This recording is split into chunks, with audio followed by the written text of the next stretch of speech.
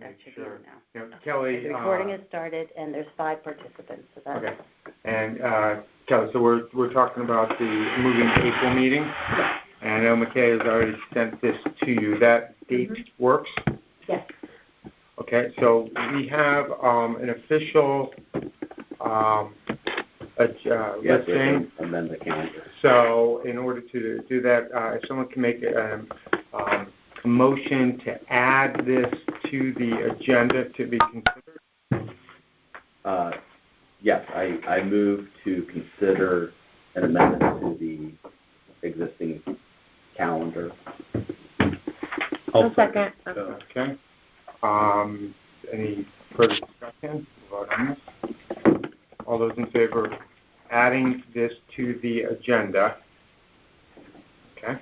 So unanimous. All right. So now we have on the agenda the item which is to request the meeting of April 20th be moved to April 27th. So moved. If there's no discussion, let's get right at it. So we have a motion. Second. Discussion. All those in favor? All right. And I normally ask the public if they have any comments for that, but I kind of jumped the gun here and assumed that you really didn't care. So we'll give you plenty of opportunity to speak when it comes to your stuff. All right. And then the other one is from Nancy Glynn. I don't know if everyone saw this. It's just basically, paraphrase is to get back to the ways of the past with police chained off the Jennings Beach parking lot at 11 o'clock. Anthony, can you hear me? Hold on. He's in the Board of Finance meeting too. So. Yep, I can hear you. Okay. What do you think about this? Can you speak to the police and ask them if they could start doing that again? I can. We don't normally start that till we get a little closer to the beach season because Public Works has to unlock it on their way into work. Police lock it up at night, and they would unlock it in the morning. The issue we're going to have, we could try. The issue we would have is that there's going to be mornings where it's locked and people can't get in, and then we're dealing with the complaints from the people that can't get in. But happy to talk to the police about it. Okay, hold on. McKay's got a question. So the question I had wasn't necessarily related to the police, though I understand the concern. It talks about a growing problem of like beer cans and other litter, which a chain link, rope or whatever is not going to solve. Period. Well, it will if the cars are not in there. Maybe. Not for enterprising folks, but maybe for law-abiding, chain-responding folks. But I guess my point is, can we confirm that we're seeing an increase in litter, or is it becoming a greater issue?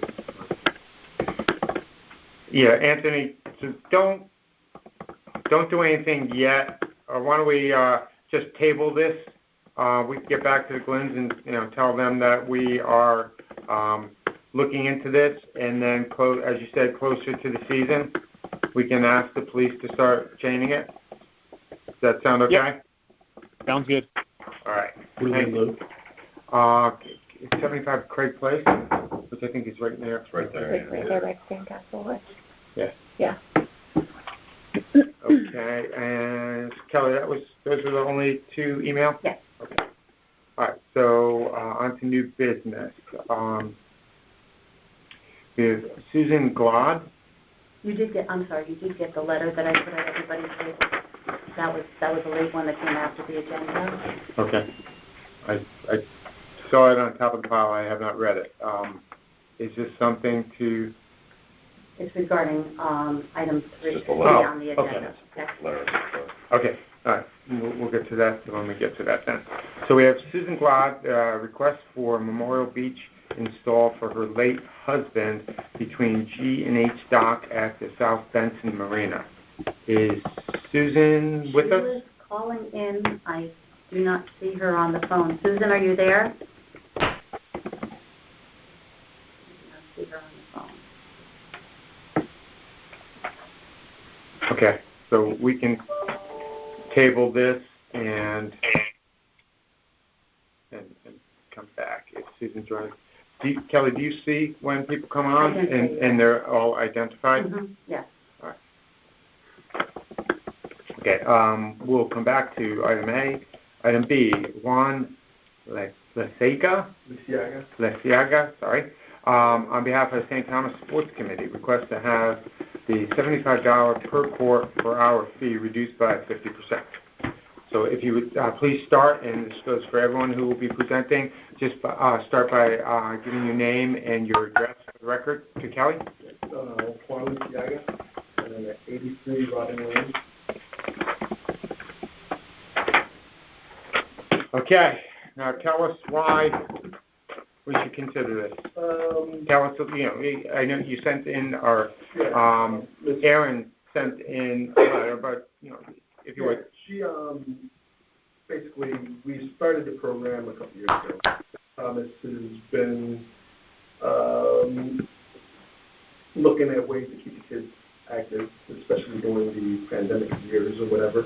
And one of the things that was brought about was tennis. We're serving the Fairfield community. 90% of my students are Fairfield residents. Low to moderate income, I would say. And they started the program in 2019. It's been a success. I know they've come here before and asked for special considerations, and I believe it's been approved. It keeps the kids active. They're enjoying tennis. A lot of them have picked up the tennis racket for the first time during these programs. None of them, I don't want to say none of them, I don't want to, generalize whatnot, but a majority of them don't belong to any of the private tennis clubs. They're learning tennis for the first time here, and, from what I've been told is that the kids enjoyed the tennis, and they've actually signed up for some of the Parks and Rec tennis stuff, whatever's offered, and they've been able to do that. They enjoy it. And that being said, when they sign up for we keep our team relatively moderately priced to make it affordable for more kids to join. But I believe, as Erin pointed out in her letter, that $75, I think, an hour charge has caused us to rethink how much time we're letting the kids on the court. I think they're cutting back some of the court time because obviously $75 is a lot. And if, we're looking for special consideration for the reason that we don't want to price out these kids.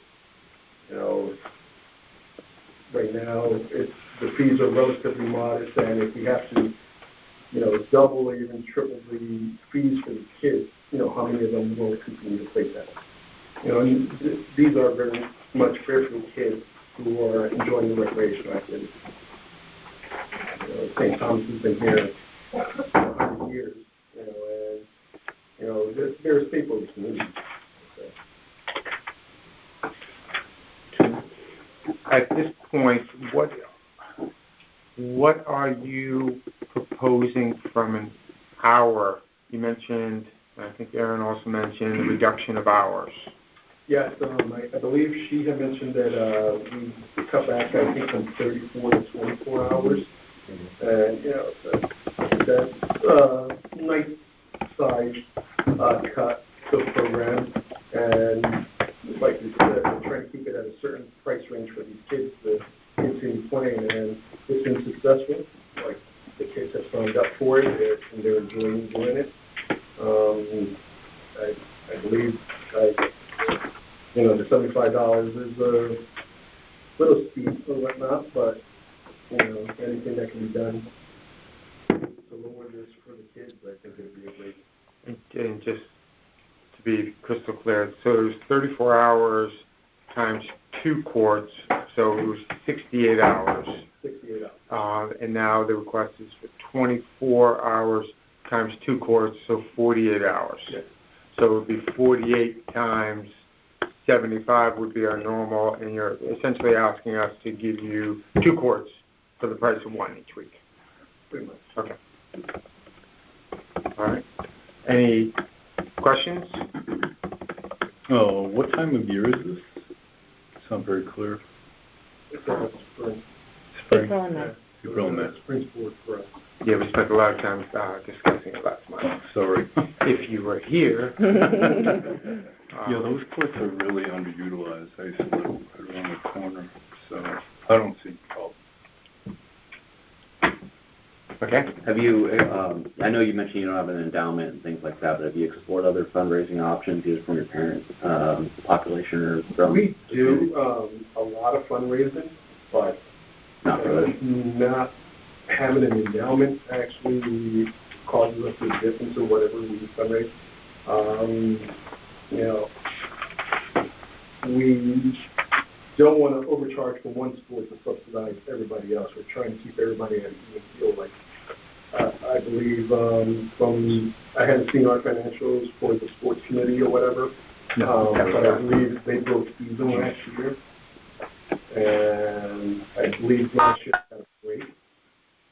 I don't know how much or what it was, but we do fundraising, to your question, but it wouldn't be enough to cover everything we do.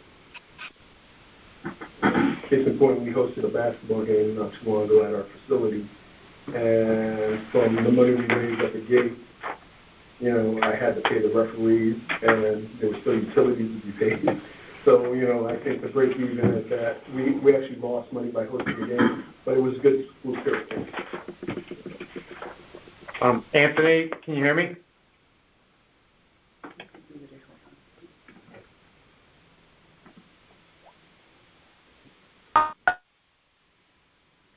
Okay, I can control it. Yes, I can hear you. So, question for you and or Kelly. As in prior years, as they had these 2 courts for that time period during those months, what kind of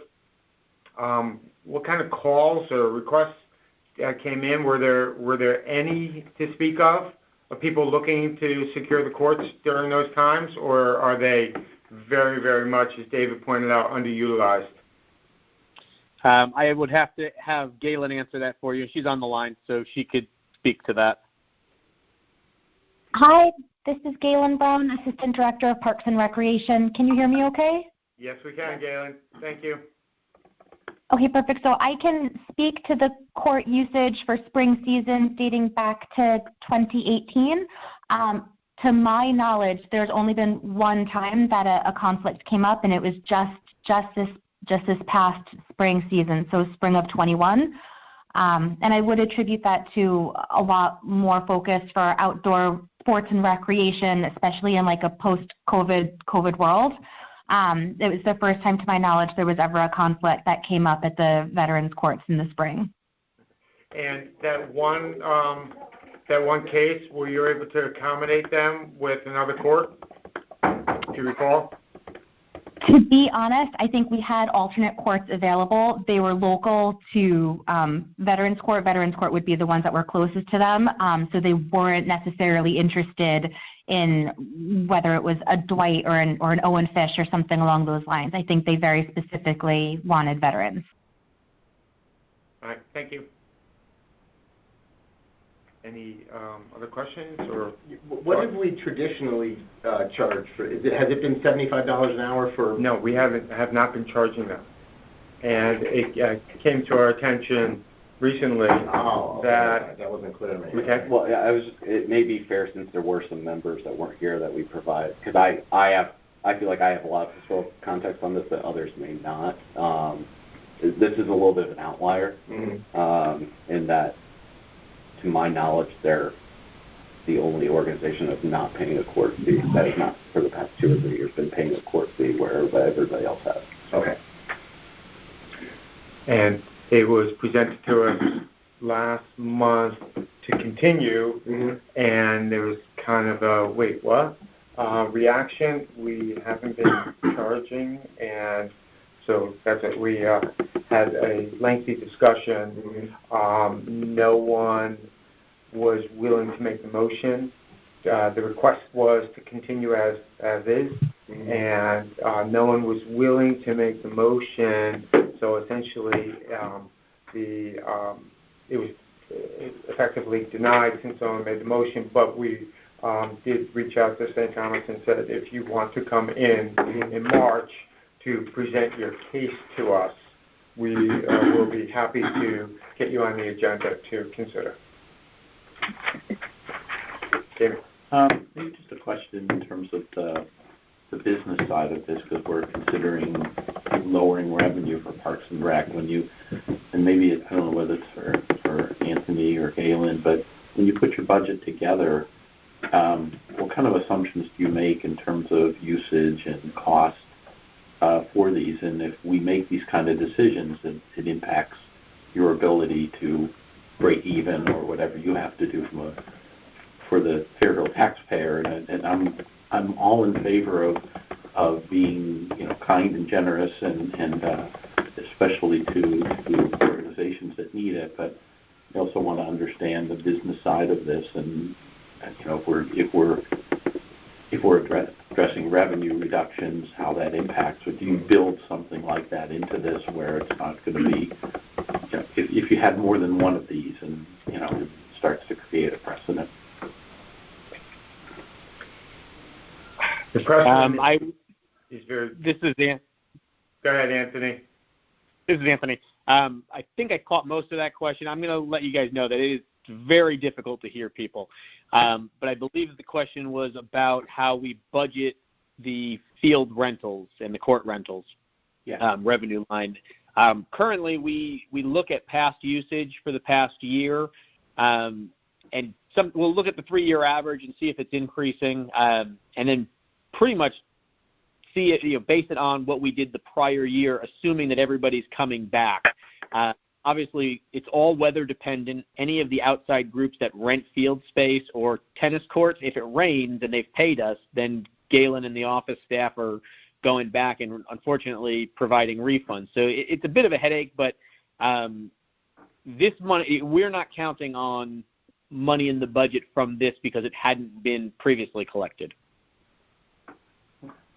So the request is for 24 hours at 50% off, so as opposed to $150 an hour, it would be $75 an hour. So that would be $1,800 that we would be collecting, which is actually additional revenue because otherwise there historically has not been, and if we don't approve it and sometimes opts to abandon the tennis program, it's not revenue that we're going to get.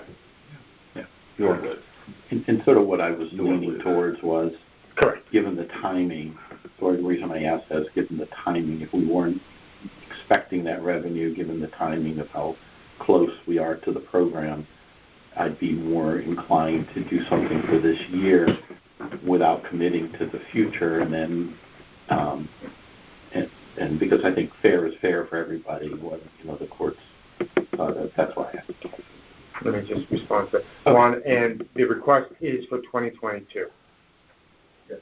And so everyone knows that whatever is decided tonight, if you want to, if you're successful, you will have to come back next year if you want to attempt to request it again. Oh, okay. All right. Sorry about that. All right. Any other thoughts?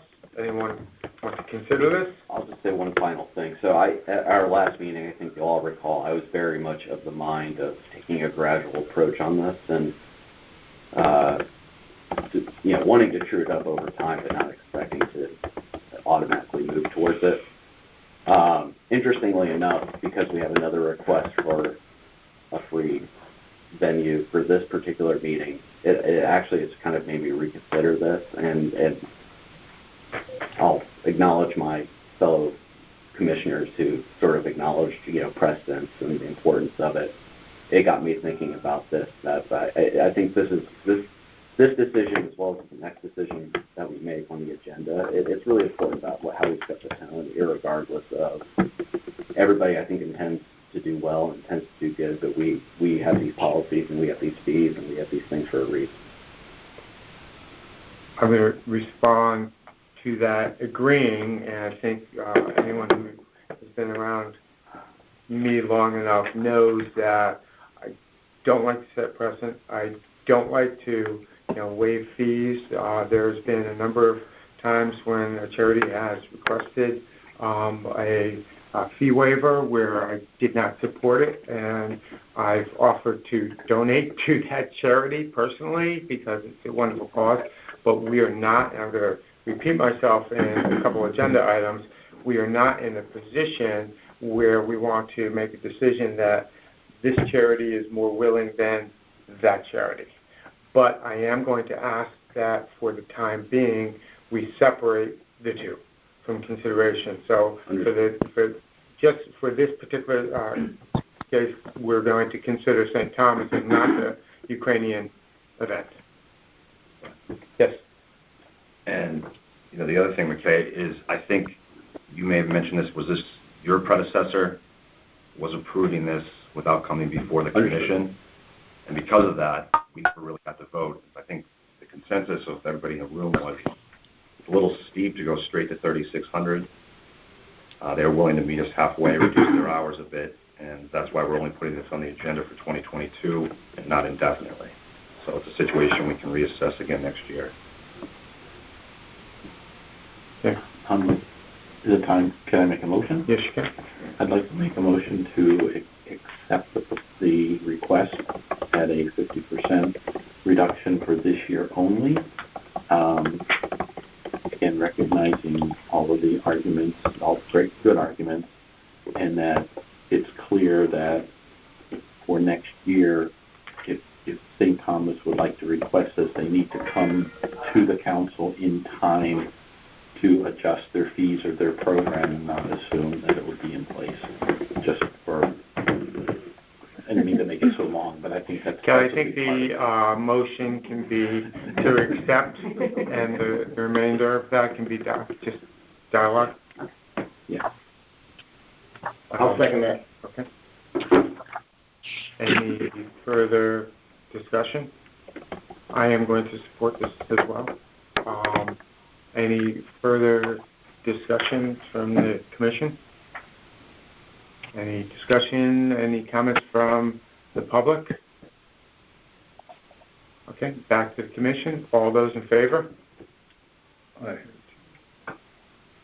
Are those opposed? Okay. Congratulations, you're all set for 2022. Please don't come to us if it rains. Tennis with umbrellas. Thank you.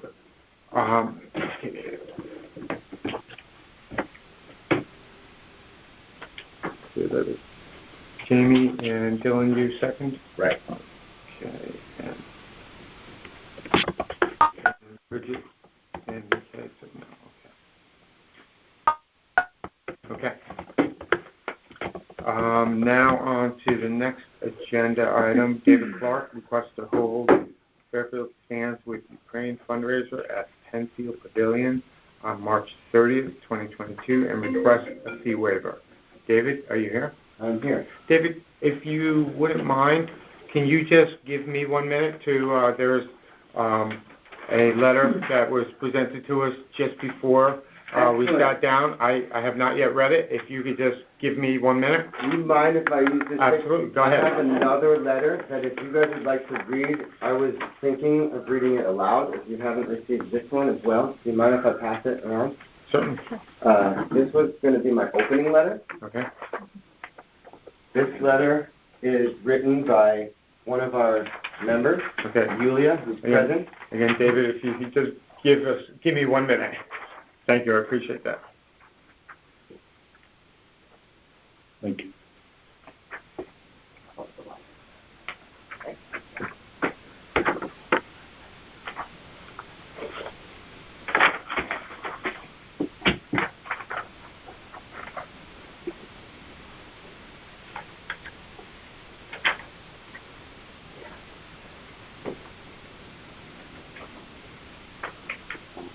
Okay. Everyone all set? Ready for David? All right. The floor is yours, David. Okay, so everyone's had a chance to look over both letters, and there's no need to read them aloud to those on the phone or anything like that? No. This one, I believe we had in advance of the meeting, the one from Representative Leeper we just received. So, yes, we're all up to speed. If you would, your name and address for the record. My name is David Clark. I live at 6 Garden Drive. And I suppose to start off with, I'd like to admit that I represent no charity. I'm simply a resident of Fairfield who represents a group of people, mostly people from Fairfield, who are concerned about the crisis in Ukraine and wanted to raise as much money as we could possibly raise as a community to send over to them to help them with their struggles. I have a revised agenda for the event that we're planning on hosting. I see that some people have the older one. I revised this one. There's 3 pages. It's a 3-page packet. Sorry, I didn't staple it so it would be easier for you guys to go through. So yeah, if you would take one packet and pass it down, that would be awesome. I definitely 100%, would you mind passing the packet down?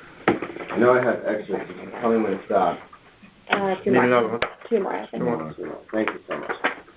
Thank you.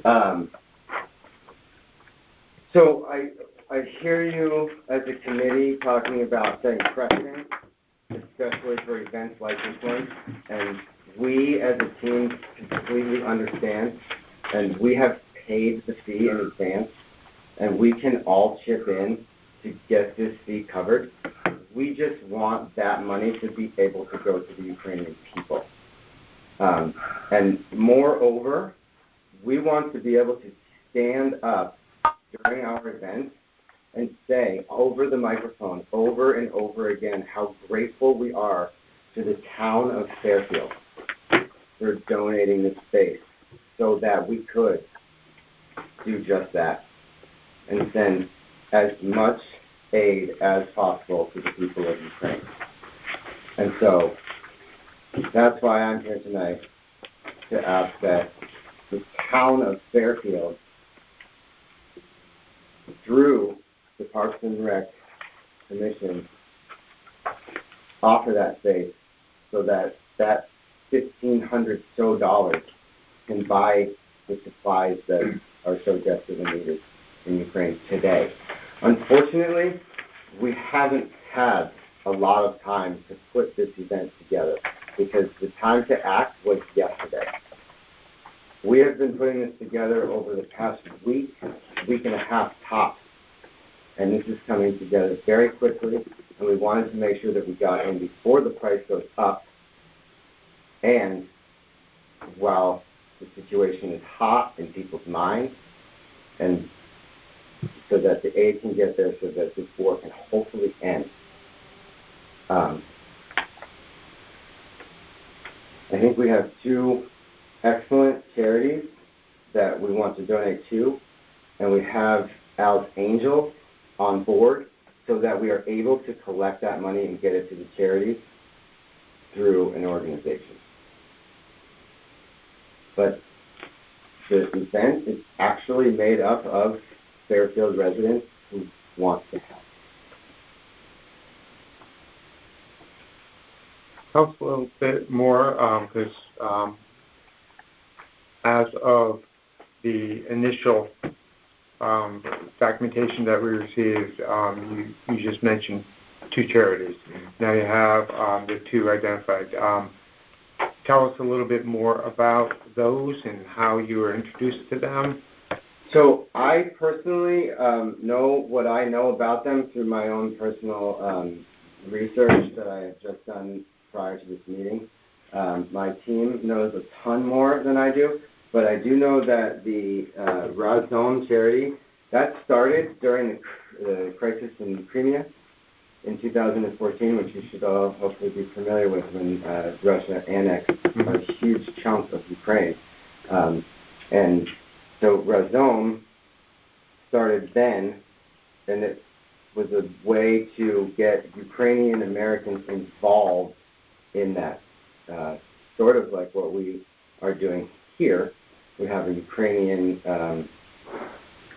cultural program lined up so that Ukrainians themselves can pay the money, come to our event, and feel as though they are making a difference in this problem, right? Instead of just sitting at home and watching the news. And that is exactly what Razom has done, but on a much larger scale than we are capable of.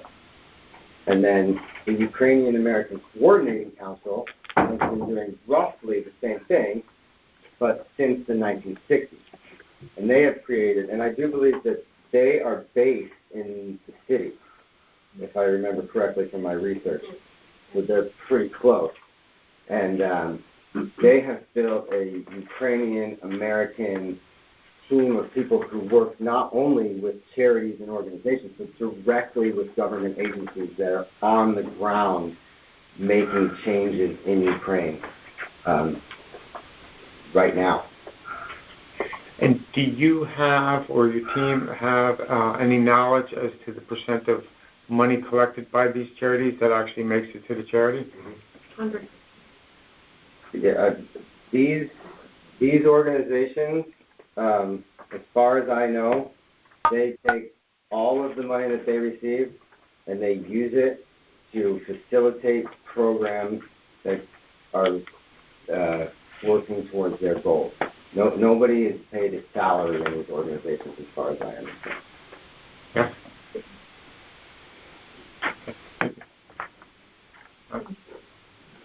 What is the usual hold fee? on I'm sorry. Hold on one. We will have a representative from Razom at the event representing them. They're overwhelmed. We've reached out to a lot of both organizations to bring representatives. They are really highly focused on medical aid right now and securing medical aid, packing it and shipping it as quickly as possible. Because they're a volunteer organization, they feel like that's their mission right now and not to attend events, unfortunately, but they will provide, they will send a representative who will be at the event. And then the other organizations, they do not have a representative available for the event. But there's a lot of information available about them, and I've personally spoken to both of their organizations, and we've vetted them to the best we could. And I'm sorry, I didn't get your name. Yulia was the one who wrote our opening letter. Okay. Okay, thank you. All right, David, you have a question? What's the usual fee? $750. Well, it's not $260 for the police, and so $135 for insurance, and okay, the insurance is we're not right. Yeah, and we're not controlling the police fee. The only thing that we are controlling is the rental fee for Fairfield. So you can if you're successful here or not, you can always speak to the police about their fee. Okay. I just have a question. I noticed on your list here, Parks and Rec bonfire donation camp. Is that something you talked to them about? Or you? No, I don't think we've reached out. That's a question mark item. That sort of came up spontaneously, and it seems like it's going to be logistically difficult to make happen, but it was an idea. If the committee has anything to share about that, we're all ears. Well, bonfires just went up on the site today, and they're. I know members of our team were thinking about trying to get on that, and then in hindsight donating it at our event, so that may also be possible. Thank you. This was mostly just to show how much support from the community we already have, and there's donations coming in daily, if not hourly. People are all gung-ho. Have you inquired about our liquor license? Yeah, so we're working with Galen on that too. At the moment, Chef Nick with Fitzgerald is expressed serious interest in becoming involved. We're just trying to work out all the logistics that are involved there too. Okay. Again, we'll work mainly with Galen to keep on going, but if the committee has anything to share about that, we're all in. So Chef Nick, tell me again. So Chef Nick is with Fitzgerald, which is one of the recommended vendors. Okay. And I've reached out to him, and he is on board. He's excited to help once we work out all of the kinks. And he would be donating his time? He would be donating, yes, his catering service for the license needed to serve alcohol. Okay. I wanted you to make that connection between Chef Nick and the alcohol license. Okay. That's what it is. Bridget? Thank you for your presentation. All I do is watch the news. I feel like what everyone's doing right now, and it's devastating. I just wanted to kind of have a conversation with the rest of the commission regarding. I'm just a little stuck here on the fun party aspect of it, and I would prefer, if I was going to buy a ticket, I would prefer to go to an informative event where it wasn't a fun party. It was to go to learn and to go to absolutely to listen to people. You know, I'm sure there are Fairfield residents who have been touched by this, and I know some of them. And you know, that's my only hang up here. Is I love that you're doing this and that we're going to be raising money for crucial need that this country needs now, needs yesterday, like you said. But I don't know. That's my only hang-up, just the party aspect of it. I would not feel comfortable eating and drinking and having fun. I'd rather listen to people speak. Okay. And speaking of people speaking, we have 3 responses from the team over there. So, my name's Oksana Lahner. I'm at 4017 Park Ave. As a Ukrainian who lives in Fairfield, clearly that is obviously our goal. We also realize that attending an event and advertising it as this will be very somber and difficult and challenging to sit through, as we have all been watching the news, is also like a hard sell. So we're trying to walk that line. We will have cultural pieces. We have performances from Ukrainian children singing, dancing. We're going to have Ukrainian art there. We'll be focusing on Ukrainian artists, and we'll have speakers. So I feel like, and that's like a bulk of about an hour of the event, right in the middle where, and then of course fundraising, auction items, like these are the ways that we're going to raise money. So I think we're trying to walk a reasonable balance between the seriousness and the difficulties that I think all of us feel, and also making it so that people want to attend, Right. In the middle of the week, on a Wednesday after work.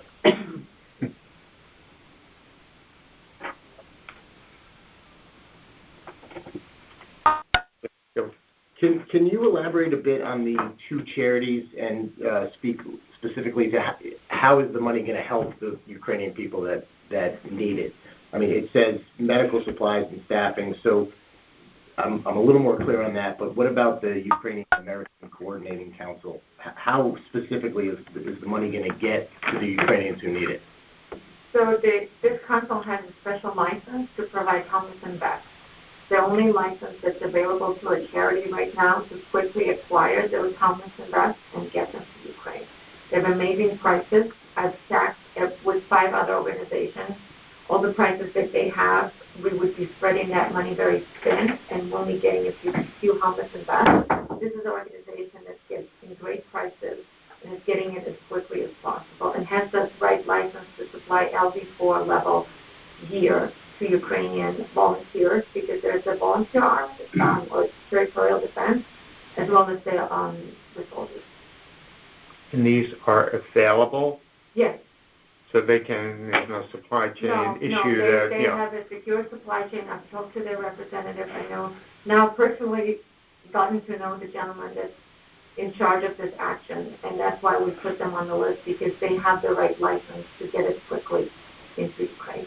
And quite a few of us actually feel very strongly about getting money for specifically helmets and vests. We know it might be a sell. That's why we have two organizations identified. One was more of a humanitarian focus, and the other one is more of a protecting the guys that are, and the girls that are on the front line so they can come back to their families. Any other questions? Why Penn Hill Pavilion? Size, it's hosting. We want to host as many people as possible. The church, we went to the church. We've seen the facilities at the Ukrainian Orthodox Church. It's in Bridgeport. It's fairly small. It's the only other venue that we identified that would be available at such short notice. And it wouldn't host as many people, and it would be a more difficult sell for this community that I personally feel probably, from what I know, wants to help as quickly as possible. And if I can just say, the Penn Hill Pavilion is a beautiful venue. I get that part. And that part's clear. It is the venue that Fairfield residents can be proud of. And part of our mission is to make Fairfield residents feel as proud as they can to be residents. So I'm going to try not to make this overly personal, but I've been part of I'm not Ukrainian, but I've been part of a bipartisan delegation of both Russia and Ukraine. I've spent a lot of time in both countries. I've been spending a lot of time figuring out creative ways to get money to Ukrainian refugees that I personally know.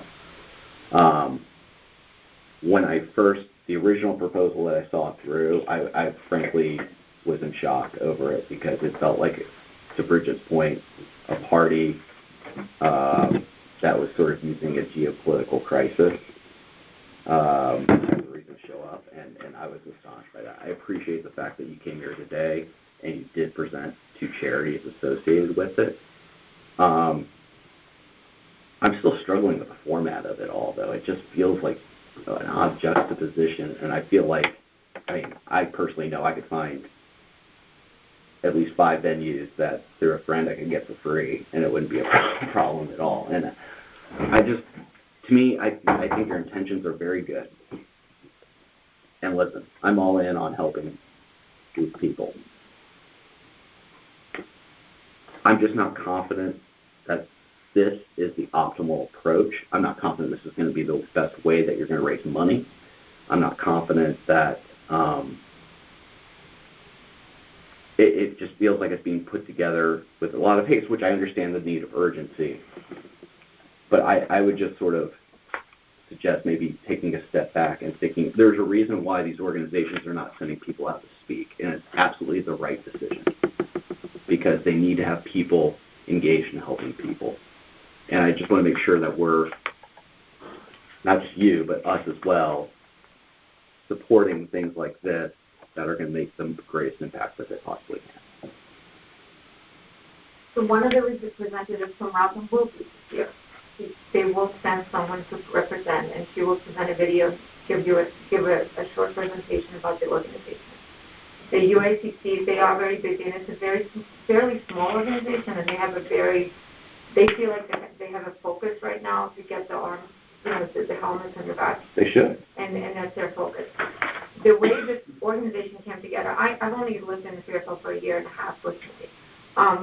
This is all ideas of the community. This is we're representing the people that we posted to everybody and said, come to my house at 5 o'clock, bring your ideas. And we only had, if you were on our committee and you would presented a better idea of the venues that you know, we would have gladly considered that.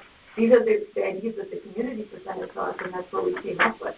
As far as the agenda of the event, there are going to be speakers there that are going to present the community. We're working on some very prominent people that have been deeply affected by the event and who speak at the event. We will have a cultural aspect because we want to educate people on Ukraine. There's going to be singing. There's going to be Ukrainian anthem.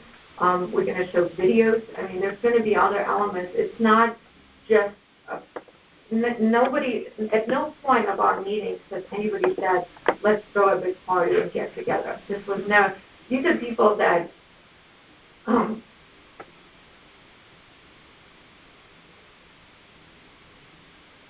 know what else to do right now because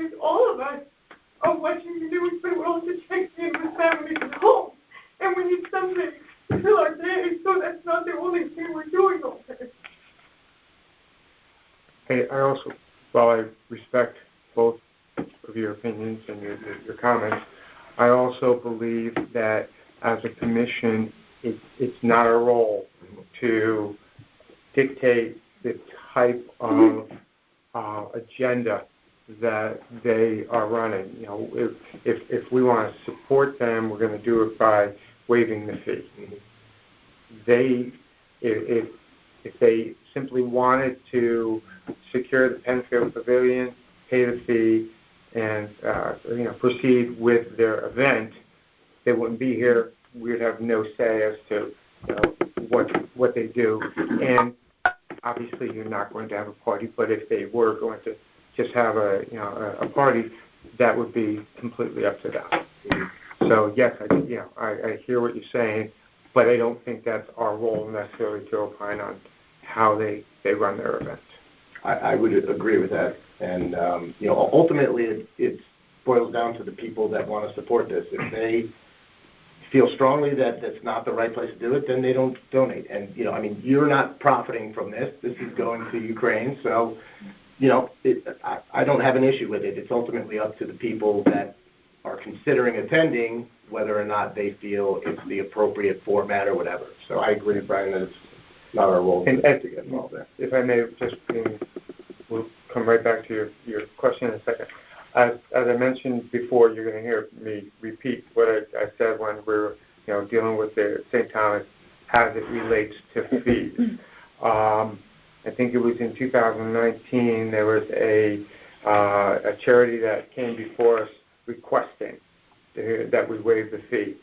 At that point, we did a complete analysis, a 2-year analysis of the rentals, excluding weddings, that kind of event, the rentals of Jackie Durrell and Penfield to determine exactly what the percentage of rentals were from charities. And it was obviously an extremely high percentage. So at that time, we told this charity who just wanted to have an event that, again, we're not in a position to determine whether your charity is more worthy of any of the other charities who have had events. So we were not in a position at that point to approve that.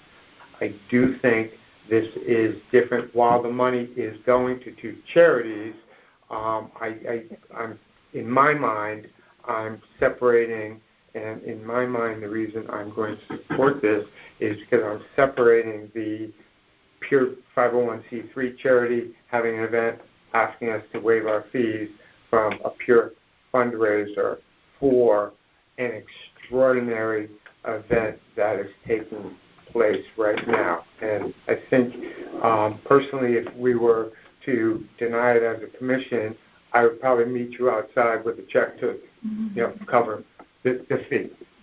Let me just finish, and then we're going to let McKay speak. We do, however, need to all acknowledge that we are not setting a precedent here, given the fact that this is an extraordinary event that's taking place in the world, that we are not setting a precedent for the next organization to come in and say, oh, this is not for, this is for a particular event, having a fundraiser. There may be someone next month or the next month after that who comes to us, but this is, again, in my opinion, a standalone request. If someone comes to us, we will obviously consider it, but the fact that if we approve this tonight, it's not going to be wholly relevant to whomever comes to us tomorrow. I'm going to allow McKay to ask his questions because I did interrupt him. I will, Mark, get back to you. And David, you have a question? I just want to reinforce what I said before. I've been very familiar with this thing. I'm actively giving money in my own right to people personally. The comments I made was not to suggest the tenor of the actual event from a commission's perspective. What I thought was good feedback for you was to understand my impression of the event when I initially read what it was. That it was intended to be constructive criticism. I completely agree that they get to set the tone for their own event. I'm not in the business of trying to micromanage that. And I don't think anyone I don't think anyone took offense. There's, your opinion, and you stated your initial opinion, and, I think we've all heard. I'm not sure I agree with you on the precedent point.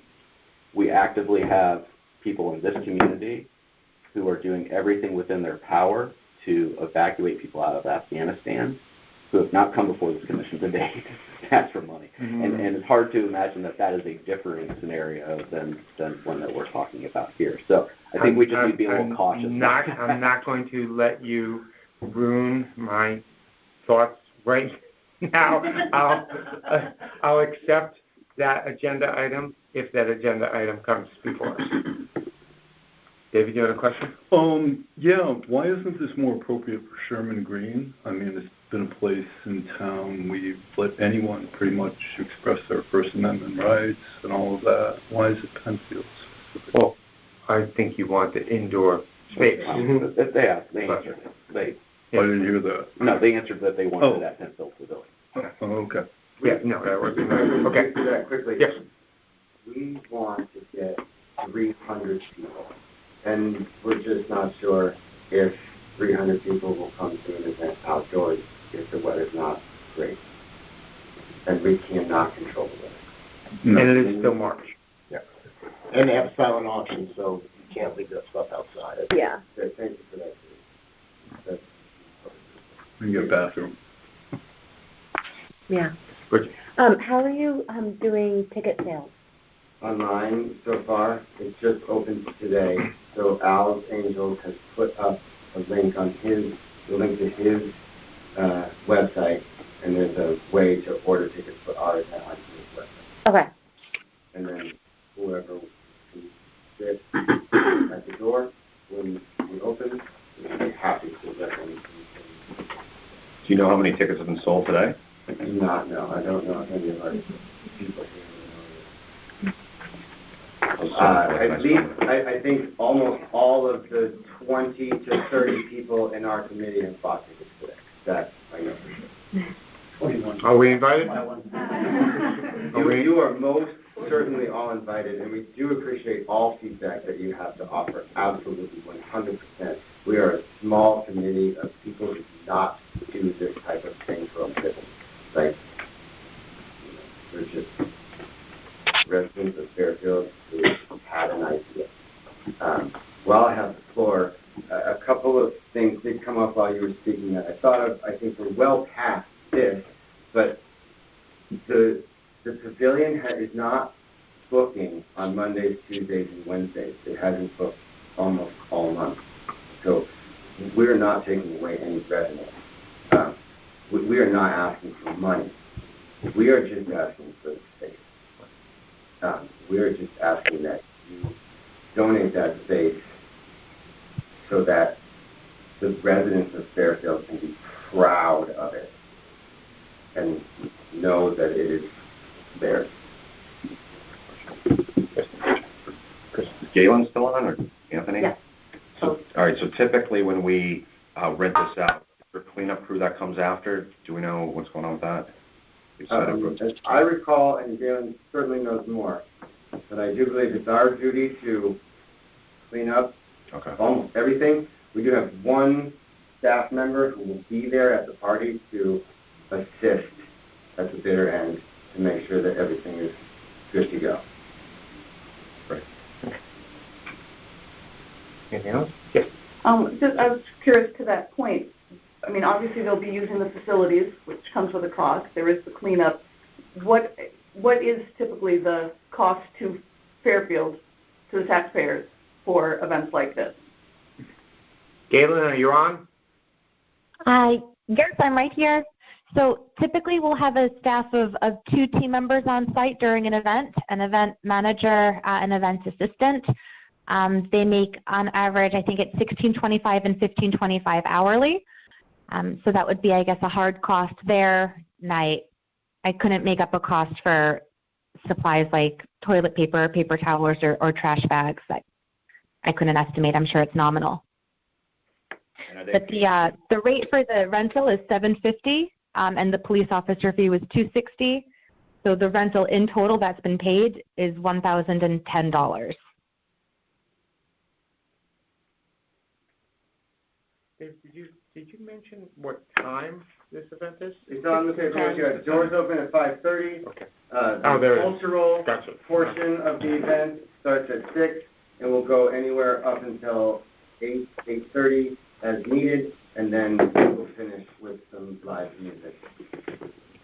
So, And I'm sorry if I just ask one other question, and obviously because I'm new, what is the precedent? Because that's the part where I'm having a hard time understanding the difference of what other not charities have come, charities or for charitable events have come in the past, and what has the commission said yes to and no to? I don't know that we've said yes to any fee waiver to a charity that's come to us for Penfield or Jackie. And those were just 501c3s looking to support their causes. Yeah, have events. No, Hi, this is. May I jump in? Yes, I was just going to ask either you or Anthony if you had any other information on that. Yeah, of course. So since I've been with the team, I've only seen one time where a 501c3 came before the committee. It was back in June of 2018, and it was Wolfgang & Co. They came to request a fee waiver for their September 13th of 2018 event at Penfield, and the motion was ultimately passed to waive half of their rental fee. I think that was during my year away from the commission, because I don't recall that. There was one in August of 2019. Perry Lou of Fairfield Center Stage came to us requesting that we waive the fee, and we did not agree to it. So, but I was not aware of the one that you mentioned. Yes. I think it's pretty important that we stay consistent. I feel pretty strongly about that. That said, I'm willing to personally give $375, and there's no pressure on anybody in the commission. But if there's a willingness to match, I think we can consider this issue. So I will talk to you. Let's see how where the commission goes on this, and then. If not, you and I can speak afterwards. Well, I mean, the Penfield Pavilion hasn't been open in a long time. And finally we've got it there. And Wolfgang, I think, is an organization benefiting kids who are autistic. Special needs. Special needs, yeah. And since I got, half the fee waived, it's perfectly acceptable to me. I mean, they've just started. They've been telling us. This is, I don't know if they've even filed for 501c3, but, this is the beginning of something that obviously is bigger than everyone here. So, I'm willing to cut it in half. And it's not setting precedent. I think we take one application at a time. I agree. Okay.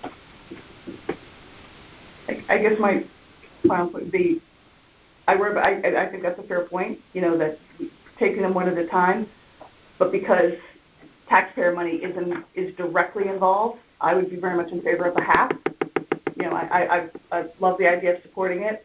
I don't have $375 to pony up right away, but acknowledging that there are some costs that the town is taking to use, again, Fairfield taxpayer money to do this invariably is political, and therefore that's something I'm not sure the commission should be in the business of determining how the Fairfield town is going to take a stance, although I'm not saying there's anyone who would disagree with it, but I would be curious if people were interested in half. Why? Or, yeah. All right. I'm in favor of waiving it. I mean, I don't see it as political at all. This is a, humanitarian crisis. It's a one-time thing. Is that a motion? I will make a motion if there's no other comment. Well, you can always jump in. We don't. So I'd like to make a motion to approve their request to waive the fee for the use of Penfield Pavilion for the fundraiser to benefit the people of Ukraine. Waiving the fee. Waiving the fee. Okay. Any further discussion? Any further discussion from the public? I don't know that we need to hear from The you only guys. last comment that I would like to make, and I feel as though that comment will be more appropriate after the motion has been passed or defined, is how you would like us to represent you on the microphone at the event. That would be some feedback that I would use. We may not want you to advertise. In that case, we will not. So, but you're right, I may attend. So, yes, sir. Just as the public, I didn't know anything this was going on tonight, but listening to this, I would say as a resident of Fairfield, I would encourage the committee to waive it 100% because this is a humanitarian issue. This is not a charity event for a specific charity cause. This is really important that this would be like a September 11th kind of an approach. But I'm sure I wasn't living in the town at that time, but I'm sure towns like Fairfield did get involved in events. And this is, like I said, this is just from a lay person and a resident and a taxpayer. I'd be very happy to have a taxpayer, my tax money going into this specific issue and cause. And I don't think it does make precedent for every charity to come in here. And I think it should be reviewed on a one-to-one basis. Thank you. And thank you. Don't apologize. Thank you very much. But I would ask for your name and address for the record. Sorry, Matthew Brotman, and I'm at 374 Barlow Road. Okay. Yes. I just, because I didn't speak too much, but I am all absorbed. It's amazing what you guys are doing. And this is a time that we haven't seen. This is a risk to all of us, and it's a risk for the whole world. And I'm fully supportive of whatever I can do or whatever anyone can do to support this, and I have. And if I have the ability to vote yes on this, I'm going to do it. I just don't want to stop until there's help and this, the money that this costs the town is nothing compared to all the time and energy that you're putting into this, and that we all need to put into this. This is going to affect us all if we don't address it the right way. Okay. If there's no further comments, it's time to vote. We have a motion to accept the waiver of the $750 rental fee and a second. All those in favor? Opposed? Abstain? All right. Congratulations. We will see you on the 30th. And please stay in touch with regards to the liquor license. We want to know what's happening with that, and we can discuss the representation. Yeah, if you want to have Galen be a consultant or liaison to, anything that you want us to say or not to say. My goal is to tell the people of Fairfield that the people that are on these types of committees stood behind us 100%. And that is what has happened. So. Well, we good luck with your event. We appreciate everything that you're doing.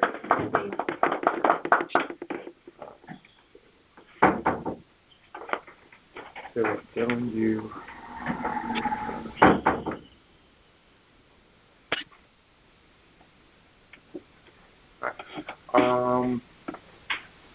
Just go back. Susan Glaad. Okay, you missed your opportunity before. I'm sorry. You're lucky you were in a good mood. Following that, I don't even know what to say. I'm asking for a memorial bench on it. So Susan Glaad, we announced it earlier, but we decided we would give you a shot if you showed up. So requested a memorial bench installed for your late husband between the G&H dock at the South Benson Marina. Right, that's correct. Okay.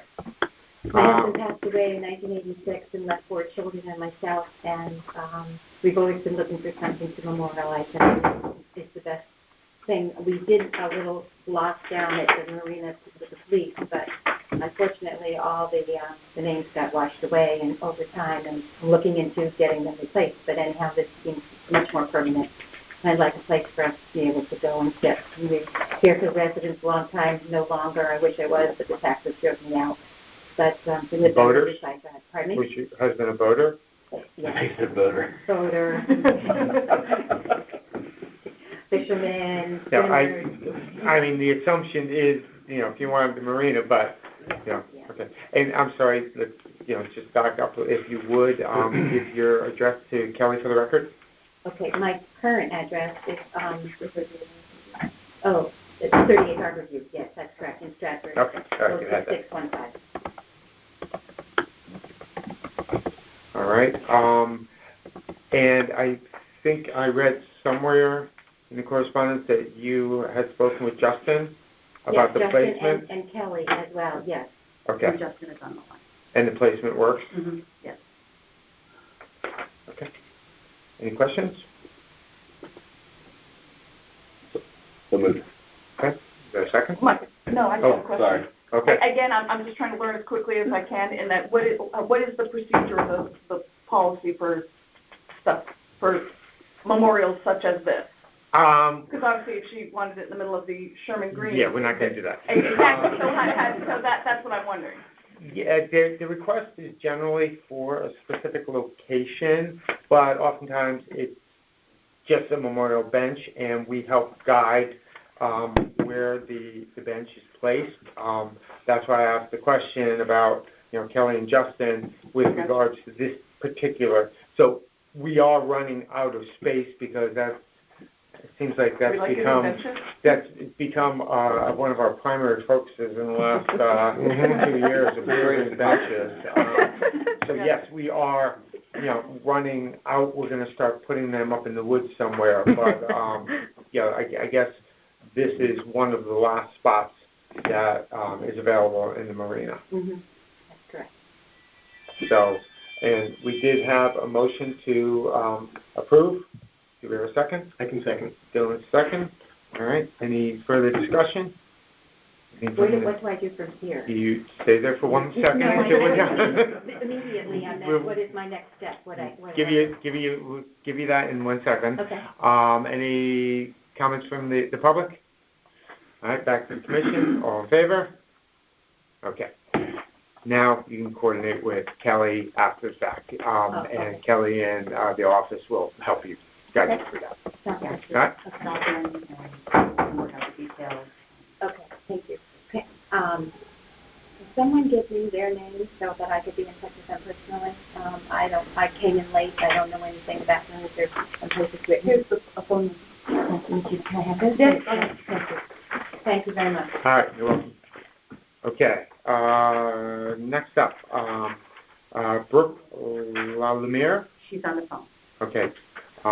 Brooke, I hope I'm pronouncing that fairly closely to correct. Oh, sure. Yes.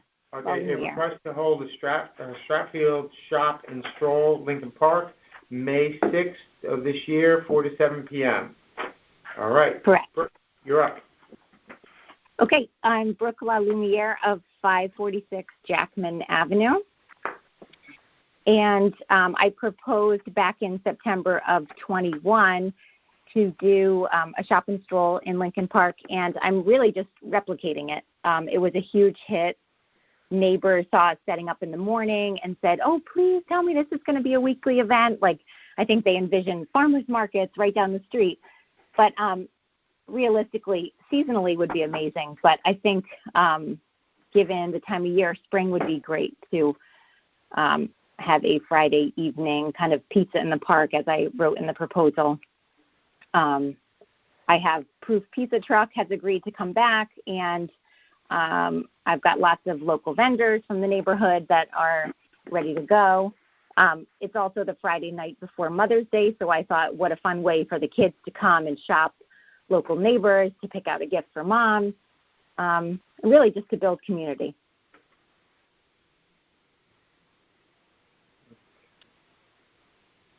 So are you requesting from Ford 7 or 4 to 9:30 to include the movie?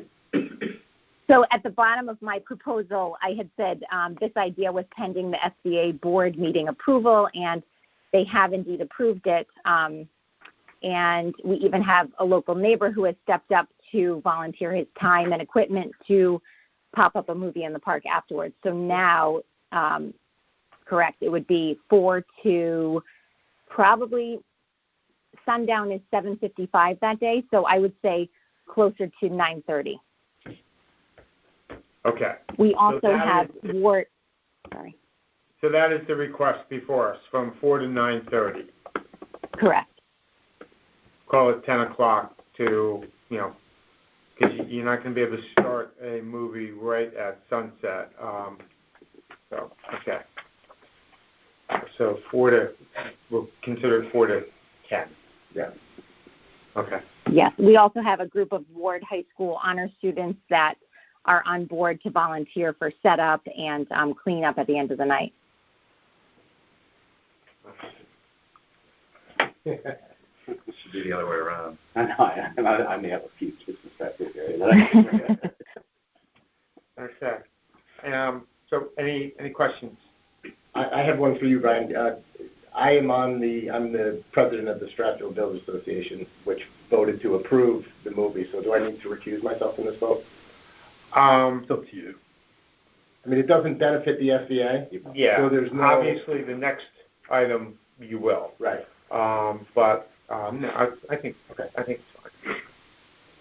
Yes. Haven't we approved this in the past? Yes. Yeah, last year. Okay, so why Instead of 2 years? Yeah. 2 years. 3. Well, this is 3 different. years. This is a different date. Oh, okay, gotcha. This isn't just a repeat, and it's got to be if. Right, they change it. If yeah. And so if the other event was in September. I proposed it to you all in September, and it was right after Thanksgiving, November. Okay. So if they have that one another couple of years, then unless there's change. Gotcha. Okay. Thank you. All right, we have a motion to approve. And a second. Any further discussion? I'll just say it's clear by this agenda, the only place that stuff's happening in this town is Stratfield and the Marina. Okay. Any further comment? I would just like to ask, so if we do move forward with seasonal events, then do I offer proposals, or it sounded like, why are we voting on this again? No. There's we have a rule now excluding major events like carnivals, clam jams, things of that nature. But if, for example, you had a polar bear plunge on January 15th every year, and there's essentially no change, after you do it 3 years in a row, 3 years, right? Mm-hmm. Yeah. After you do it 3 years in a row, you no longer have to come before the commission to request it. The director, Anthony Calabrese, can simply approve it. And so each month there are several items that are approved.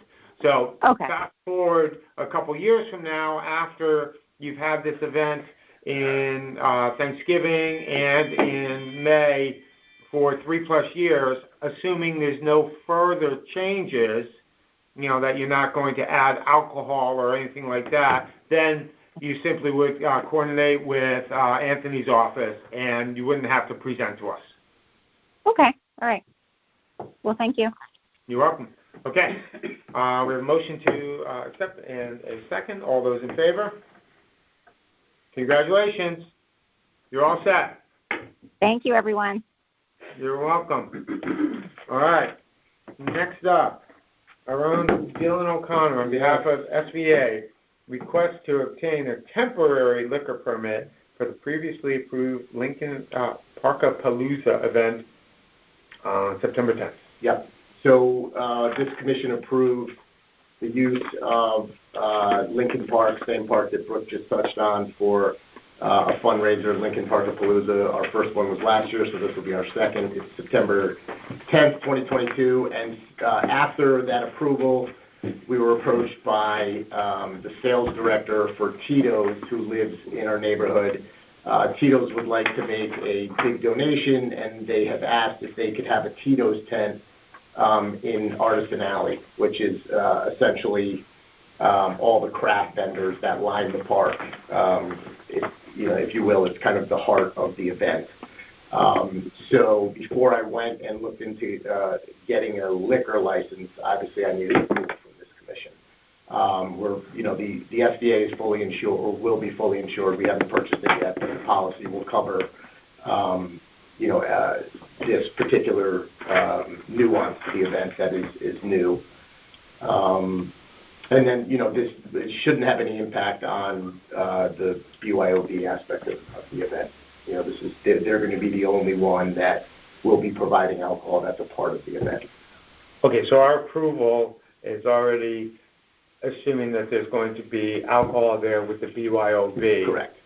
And now this would just be adding Tito's, and Tito's is only going to be giving free samples? Correct. So they're not selling anything? They're not selling anything. It's free samples in cups that are, 6 ounces, or I don't know how big they are. Well, I'm three.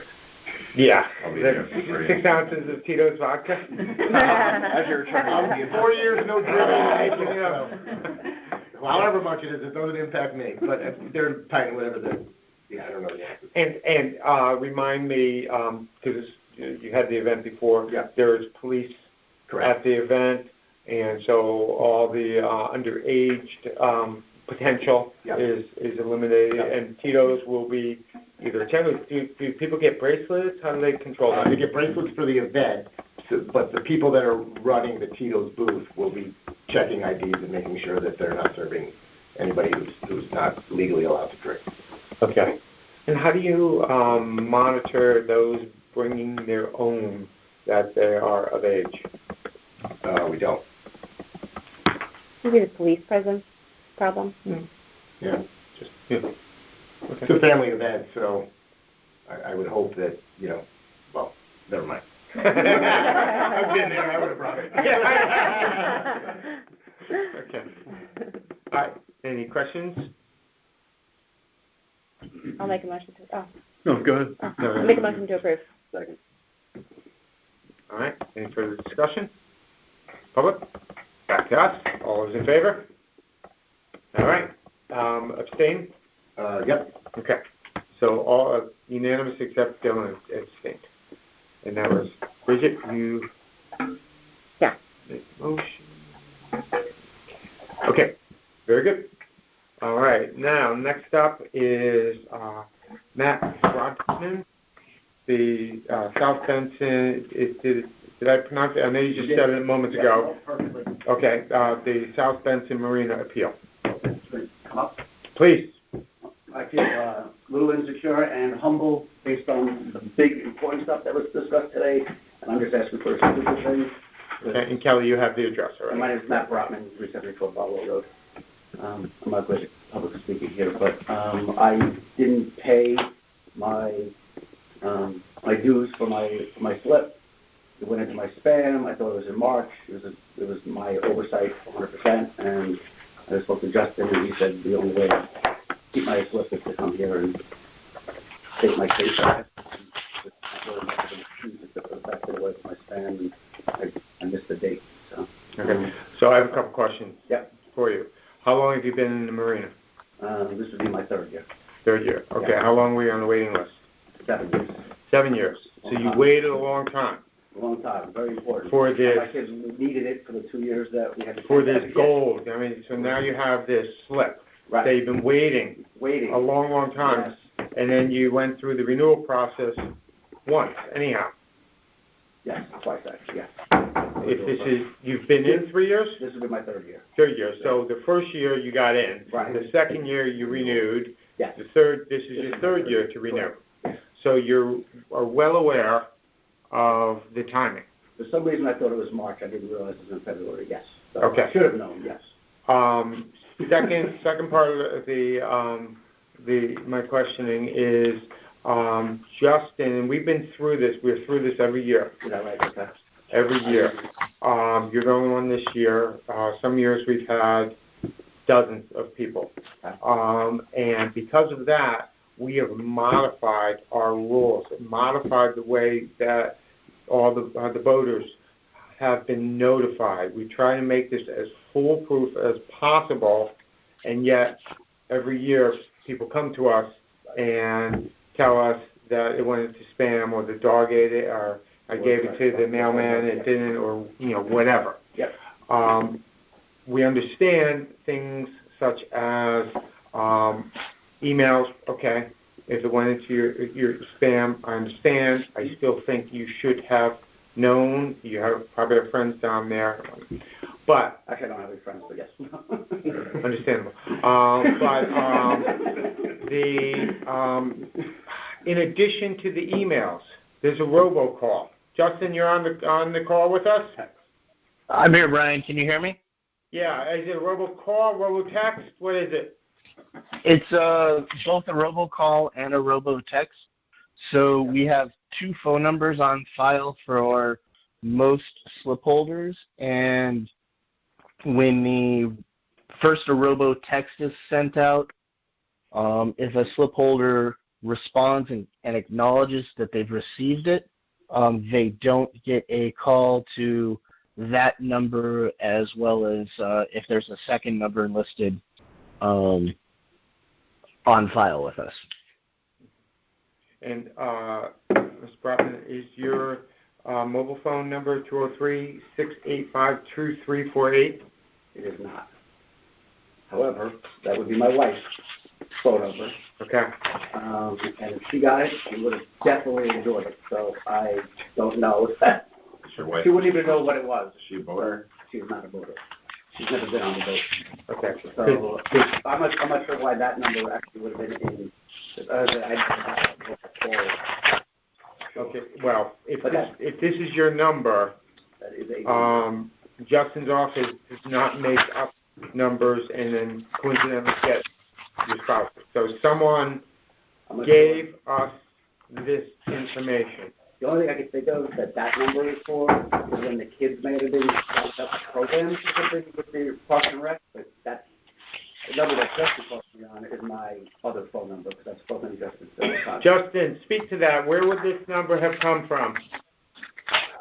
It's the number that's provided on the application, and each year we ask that the slip holders confirm that all their contact information is correct.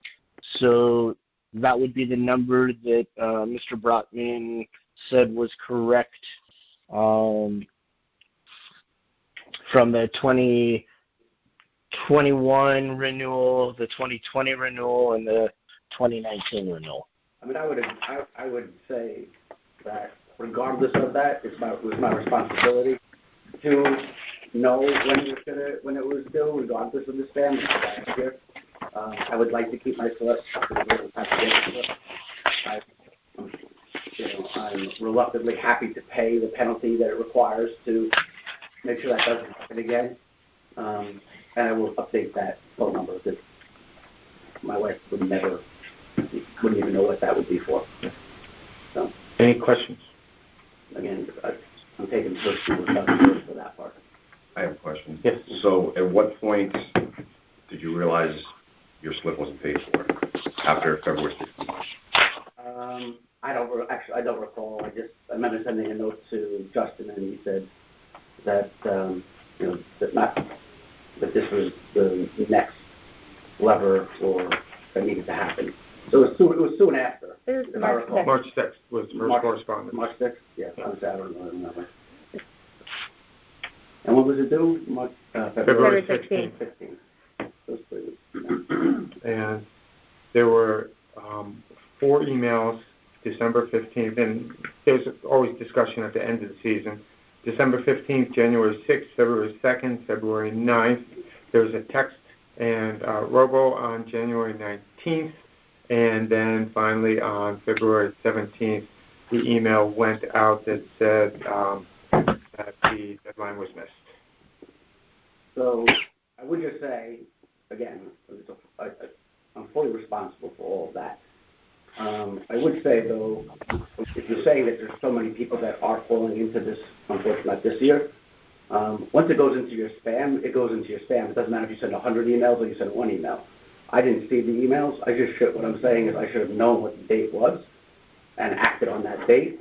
But the system of sending an email is not actually proficient, because if it goes into somebody's spam, which it did, it will continue to go into somebody's spam. And we agree with that. Right. That's why we've also modified the process Yeah. to, in addition to the emails that we've sent.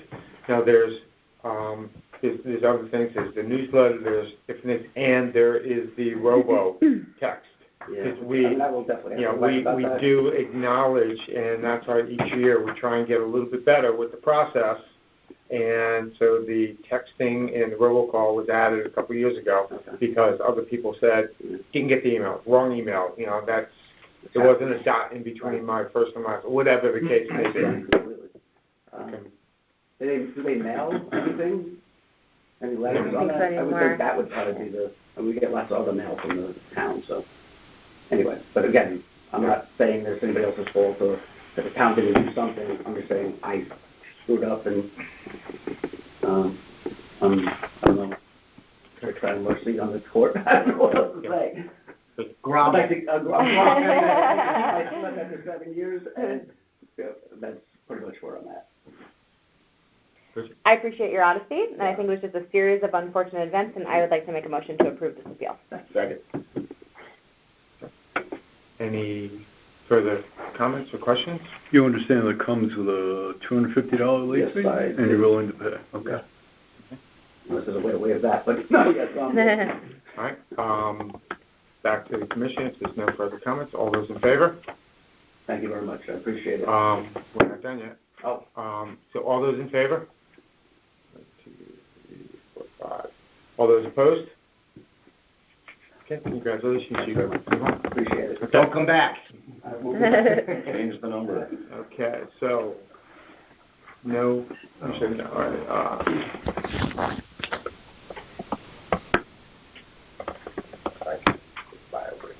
Yeah, of course. So maybe next year, nobody here. I know, Bridget right? was the last one, right? Yeah. And Dylan was second. No. McKay was the second. No. McKay said no. Dylan. Oh, okay, sorry. Okay. Don't get me confused. Sorry. I agree with you on the country. Thank you. So, You really brought me her in on that. What? On the physical, you really brought me her in. Okay. Next up, Jessica McCormick on behalf of Fairfield Moms Groups. Let me just read through this. Request to hold a beach cleanup on either Jennings or Penfield Beach, May 14th, 9 to 12, with the possibility of having a coffee vendor or food truck. And let me apologize for making you wait so far. It's something, you're just coming to clean up our beaches. We should have had you first. That's all I want to do. Well, Okay. I am part of the You're approved. committee too. I'm helping Okay. them, so I did come to support them, which thank you for giving them that. So I run Fairfield Moms. We're a local resource in the community. We have over 18,000 followers. We hold events. We host other people's events, which a lot of them are Park and Rec. And we feature different local businesses and moms in the area. So we have done, this will be our third year, doing a beach cleanup. Sorry. Oh, you want me to know my address? He's ready to clean up. Where are you going, young man? Siri, how do I get? We're going to the beach. Yeah. We did it the first year at Penfield and the second year at Jennings. We don't care actually what beach it is that you guys say we could have it at. We just want to make it a little bit more of an event and have food trucks. It's been a big turnout each year. We've cleaned the beach from Jennings all the way to Penfield and back. People do the parking lot, but they get rid of all the beer bottles in like Sandcastle Park, and they come back with a ton of garbage. So we really don't care which beach we can approve for. We just want to make it more of a family event with food trucks. So. Do you coordinate with the town to have a truck there that carts this garbage off, or what do you do? DPW. DPW, okay. And then we get the garbage bags and gloves and like pickers donated, usually Hemlock Hardware. Nice. So, any No, God. questions? Yeah. When does the contract start with the vendor down at the beach? Do we know? Memorial Day. Memorial Day. So the first year we did it the same day as Clam Jam. So now this will be like a month after Clam Jam, so we can take care of all their garbage. And then Park and Rec is doing their own on Earth Day weekend. So it's like April 26th, I want to say. So it'll be still another month of garbage to clean up. Okay. Go ahead. Oh, I just wanted to say, I think it would be great for us to approve both beaches and both parking lots, if we can. And then if you don't mind. Come to my house. Yeah, seriously. What was the address for that original email we got about needing the chain link fence? You could visit the commissioners' houses. Mm-hmm. Yeah. So it's either we just set up in Penfield to start at or Jennings. Either time it's been like we do the whole beach and the parking lot. So it's more of like only issues with food trucks is you start someplace and then you just have the food trucks like at Jennings. Yeah, so they usually like take the garbage and bring it back to us at the end. So Okay. we've had garbage dumps at each one. Okay. But the food truck would stay like at Jennings. Yeah. And that'd be like the starting point and ending point, get your garbage bags. Mm-hmm. And the food truck you get will be approved by the health department, right? Yeah. Obviously. And I haven't even reached out to anybody yet, so I wanted to get it approved if it was okay. Okay, now we have a motion. Now we have a second. Any further discussion? Public? All back to us. All those in favor? Oh, thank you. All right. Thank Thank you. you. All right, so you'll all come to that event? Absolutely. Yeah. I thought it was for the moms of Fairfield. Fairfield Moms, Okay. May 14th. She's talking about the other Ukraine. But I'm helping with both, so, Okay. but I'd like to see you all. Thank you. Have a good night. Good night.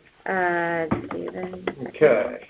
Now we have the Linnea Brevard. Lenasia. Lenasia Brevard, on behalf of Fairfield Equity Coalition, requests to utilize the Sherman Green, March 19th, 9 a.m. to 12 p.m. to hold a toiletry drive, with all proceeds going to Operation Hope. So March 19th, this weekend.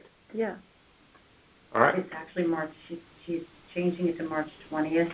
The original proposal was March 19th. She emailed me tonight and said they wanted to be March 20th. Sunday. Okay. Is she with us? I believe she's on the phone.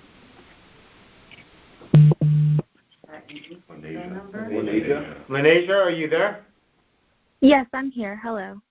Hi. If you would, just state your name and address for the record and just tell us a little bit of what you have planned. Sure. My name is Lenasia Brevard. My address is 348 Castle Avenue, Fairfield, Connecticut. Thank you guys for allowing me to come today to request this location. I am the president of the Fairfield Equity Coalition.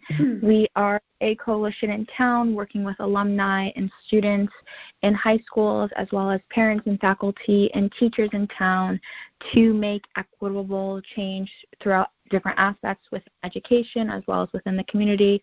We previously had a successful food drive on January 15th with all proceeds going to Operation Hope as well. And because this month is Women's History Month, we want to support and give back to the community by hosting this toiletry drive in honor of that. And I am requesting the use of Sherman Green. And because of the weather, I just had double-checked the weather for this weekend, and there's going to be rain. So that's why I had switched it to the 20th on Sunday from 9 a.m. to noon. So we're just going to set up. Myself and other members of FEC, as well as just community members volunteering, will come and handle all of the proceeds and making sure that it moves successfully from individuals' trucks and cars or walking up and then transporting that to the pod at Operation Hope. If anyone has any questions, I'd be happy to answer them. Anyone have any questions? Nope. Anyone make a motion? I'll make a motion to approve the request. Okay. For a second? I'll second. All right. Any further discussion? All those in favor? Okay, it's unanimous. Thank you, Lenasia. You're all Thank set. you so much. Have a good night. Thanks. Good luck. Thank you. Okay. Next up, we have the Board of Education report. So it's the main focus is budget. So as you may or may not be aware, we, after making cuts at the board level, it went to the town, and the for Selectwoman's budget cut the Board of Education by $2.5 million, which was then approved by the Board of Selectmen. It is now before the Board of Finance, and at this point it's no longer a $2.5 million reduction. It's really about $3 million, the other $500,000 coming from adjusted insurance numbers. So that's going to be very much a topic of conversation in the community. One small bit of good news at our last meeting is that it's our understanding that the Ludlow scoreboard is working, if that's of interest to the commission. I'm not sure. I got some talking points from Bonnie. She said basically I should talk about the budget, and I don't know if the nature of the report should be more expansive than that. It really is whatever you think is important for us to know. And we may have some questions. I know Jess Gerber, who was our liaison for years, some months it was extensive, and other times it was, a couple things. It depends on what's going on. Especially if you have a former board member here. So where's that money coming from? The 2.5? We don't know yet. At our last meeting, we got an extremely preliminary list of possible ways that we could meet it. The list was not in any priority order, and it has not yet gotten board input. It was just to start the discussion of letting people know, because what we do know is that parents are quite disengaged at the moment, and it's all COVID related. They haven't been able to be in the buildings. They haven't had any of their events. They don't have a strong volunteer corps, which our schools are known for. And so what we don't want to have happen is in June, a parent, or worse still, September 2022, a parent enrolls their child, has their child going to school and doesn't realize that something was taken away. And so we've started the conversation earlier than we normally do. We normally don't have this discussion until the first meeting in May. And because the number is so sizable, we need people to be aware that we are going to have this discussion. The list we end up with for cuts could be completely different from that preliminary discussion in March, but it starts the conversation. It puts parents on alert that it is very difficult to come up with $3 million in a manner that does not touch kids, because that's the refrain we generally hear is, do something but don't let it touch the kids. $3 million is going to touch kids. It's just a matter of how. So there has been, I couldn't speak for the board because the board has had no discussion on that list at this point. So parents are starting to give input. Has it been a board meeting now, finance? So the Board of Finance, the Board of Ed presented their budget last night. And so they have made their presentation, answered the questions. March 26th is the public comment on the entire town budget. So I'm guessing some parents will be speaking at that point, March 26th. That will be in person. All the other Board of Finance meetings are remote. Good job by this group being in person. Love that. Board of Ed was feeling very lonely in that regard. And so then Board of Finance votes shortly after the 26th, and then, of course, it goes to the RTM. But the Board of Finance is the only body that can add money back, unless there's an appeal with the RTM, which never works. Which never works. So that's where we are with that. Thank you.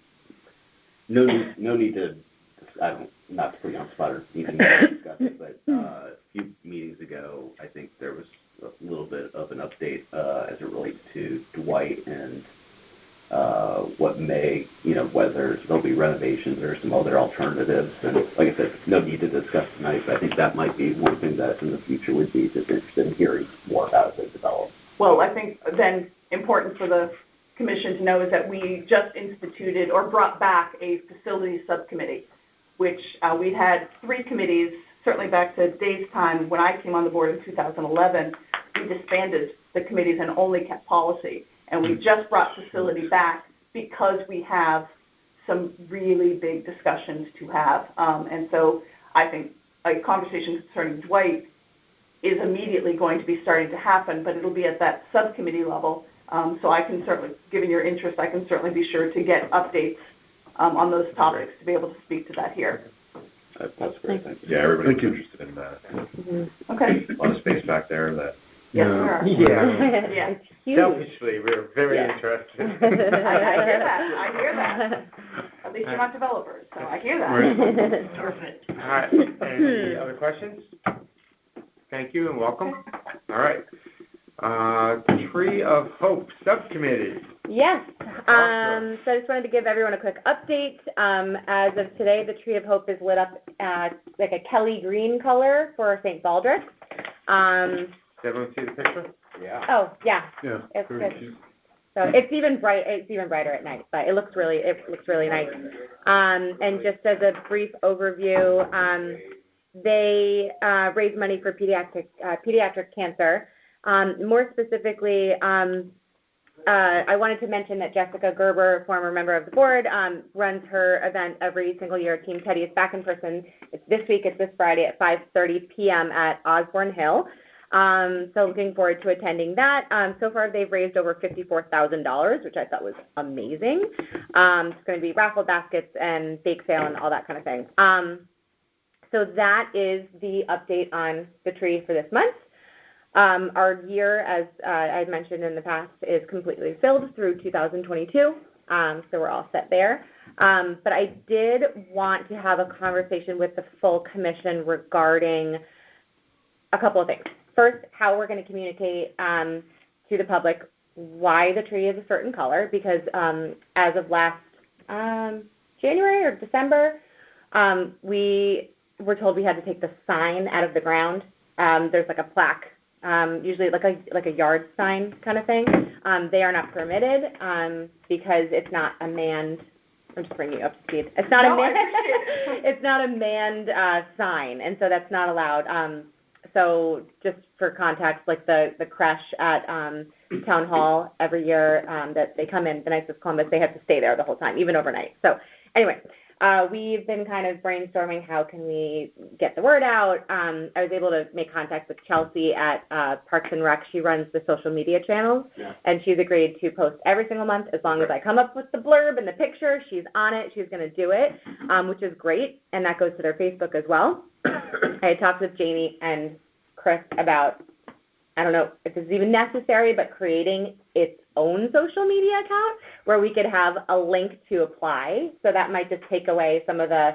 I don't think we'd hit as many eyes. Yeah. Right. Yeah, it would have to grow for sure. So, yeah, just an idea. Have you guys reached out to the local paper? No, but that's on my list. Get some coverage? That's on my list to do, to see if we could maybe get a blurb in the Citizen, maybe something, or even the Patch, make it all digital. Even my parents. Have you spoken to the town attorney about the signage? We didn't put signs up, and we needed someone to be near the creche because we didn't want to be seen as endorsing a certain religion. Yeah, so I don't understand why this applies to the Tree of Hope.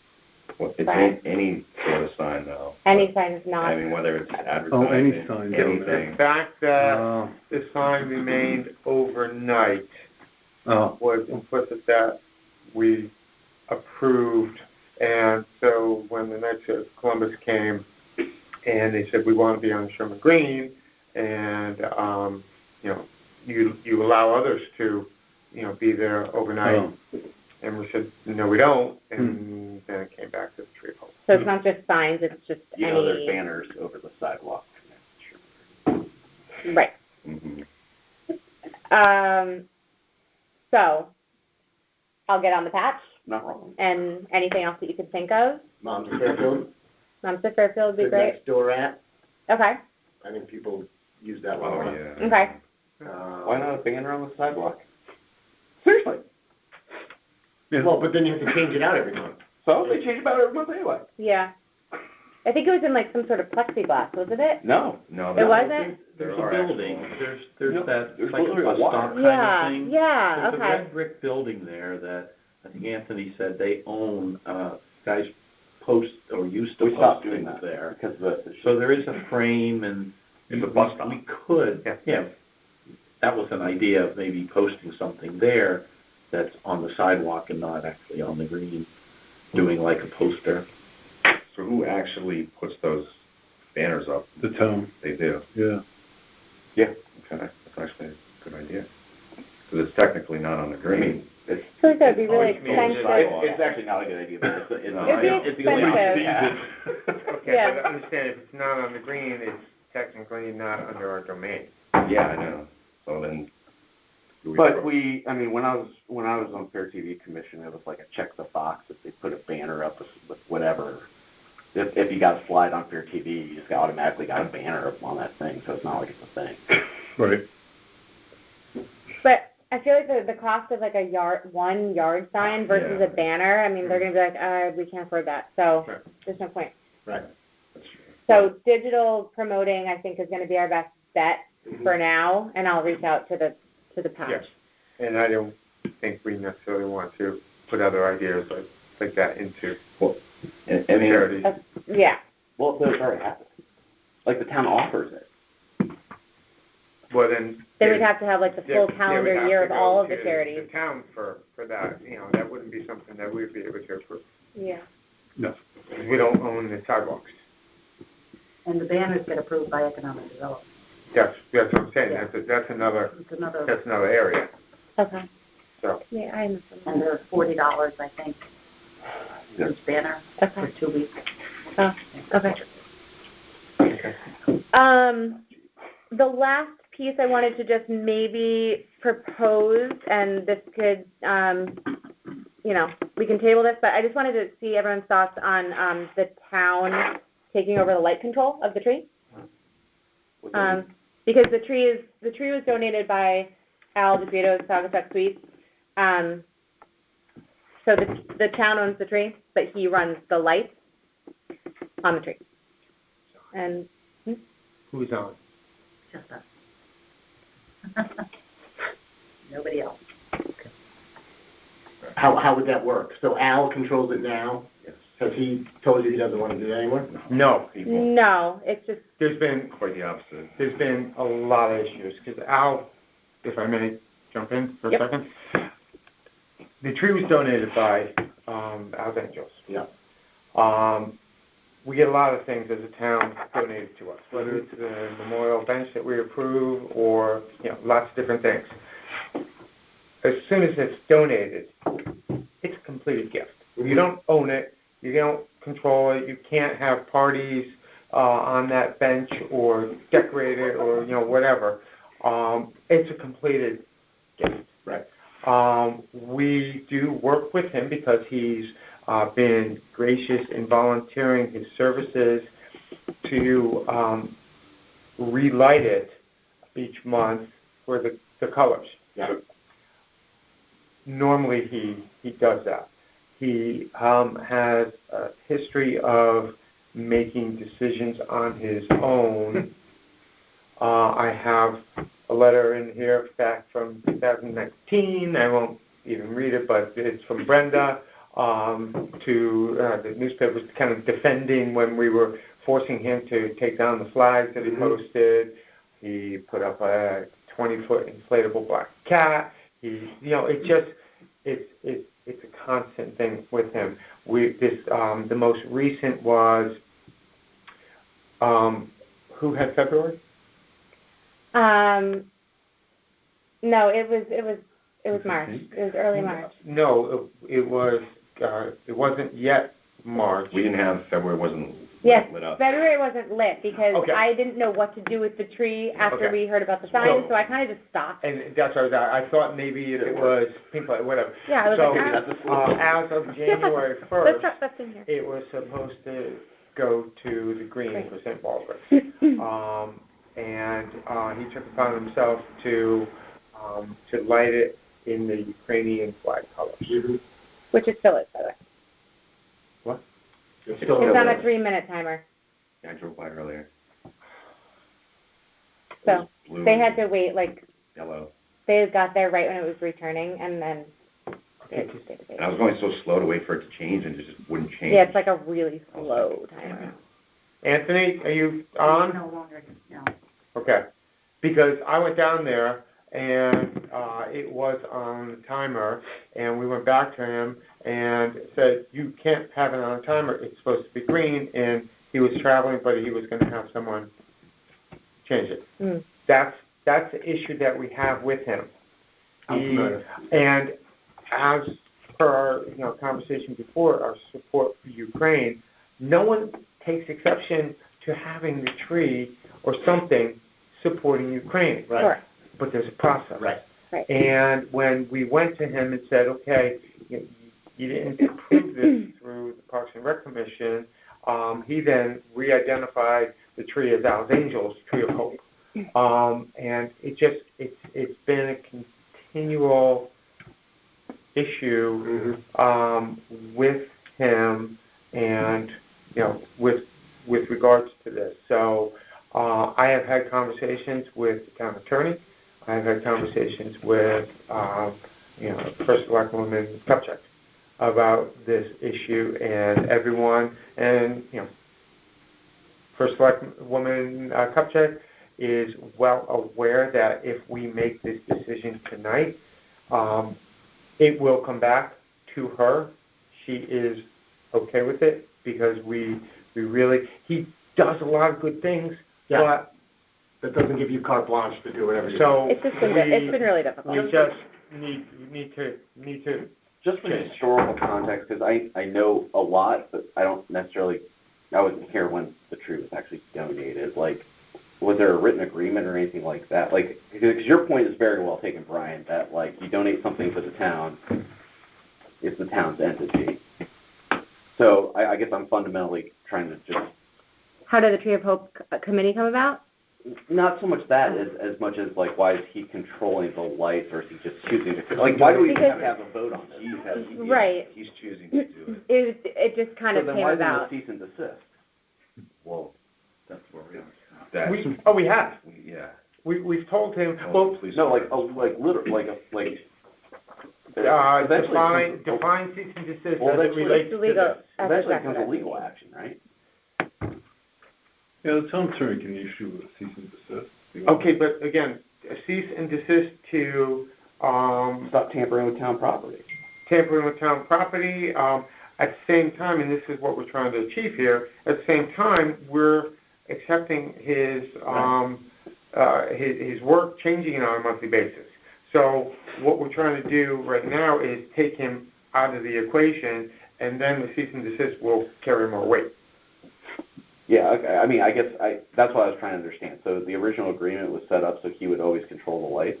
No. Well, no, there were just lights that were on the tree when he planted it, and I guess that was just never really addressed. And then it became an issue when it looked like a Christmas tree for too long, and people were like, "Why is there a Christmas tree on the Sherman Green?" Right. And then that's how this all came about. Part of me, in thinking of this, almost says he donated this tree with the intention that this was going to be lit without telling anybody. It was kind of like a gift horse. Well, he puts his signs out all the time. Every time I go by, his signs out there. That's one of the reasons why I find his signs. Brian's always taking them out. So what are the logistics involved? So, like, does he actually in his shop flip a switch to turn the lights on? It's got to be a remote. There's a remote. All the lights are in the shop. Okay. And then he comes out with the ladder every morning, puts them on, and then... It's wireless? Yeah. Okay, so no, if they we stay on the tree. They just changes the color. Oh, that's how that works. Okay. Why don't we just change the lights? Why are we even touching? Like, why don't we just as a town change the lights? That's what I'm saying. That's the proposal. But why does it even require? Why don't we just it shouldn't even be a proposal? Town can just take the action. Well, first of all, is there somebody in town who is going to change the lights every month? I will do it. No. Well, we're gonna have to either have someone from DPW do it, or maybe he'll donate it, and so he doesn't change the lights every month. It's something with. It's color. A remote. Color remote. And the lights on it can change to any color. Anything. Oh, that's cool. That is kind of cool. Yeah. You guys don't have fake Christmas trees? No. They all do that. I didn't know that. We have that in our kids' bunk bed. Okay, so if that's the case, and he wants to take his lights off and put them somewhere else, then we have to buy new ones and do it once. But why are they even his lights? Because he's donated it. Yeah, no, but they donated it, right? Well, he donated the tree, and he volunteered to assist us. So why don't we just okay? Yeah, so you just need to take the lights off. That's the point. We're trying to. No, I just think there's a way to do this without having to have a formal vote and create a whole thing. We're not formal. I agree. We do not need to formal vote because there was never a vote amongst the subcommittee to allow him to do it. So we just need to have Anthony ask.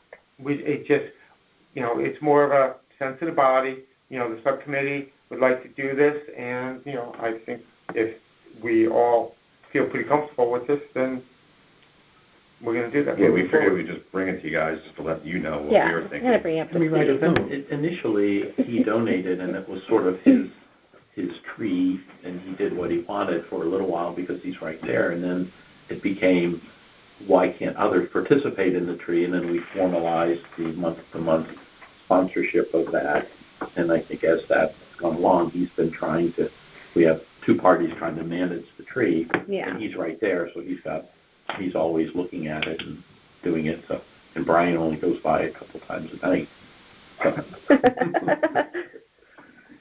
So that's it. All right. Thank you. Is there any option that we get rid of the tree? Well, go out there tomorrow with it. He talks about shutting it down. That's the other option. Yeah. I'm in favor of that. Me too. It's so much drama over nothing. It's so ridiculous. Like, I'm like, every time I talk about this damn tree, I'm like, this is why there's a show called Parks and Rec.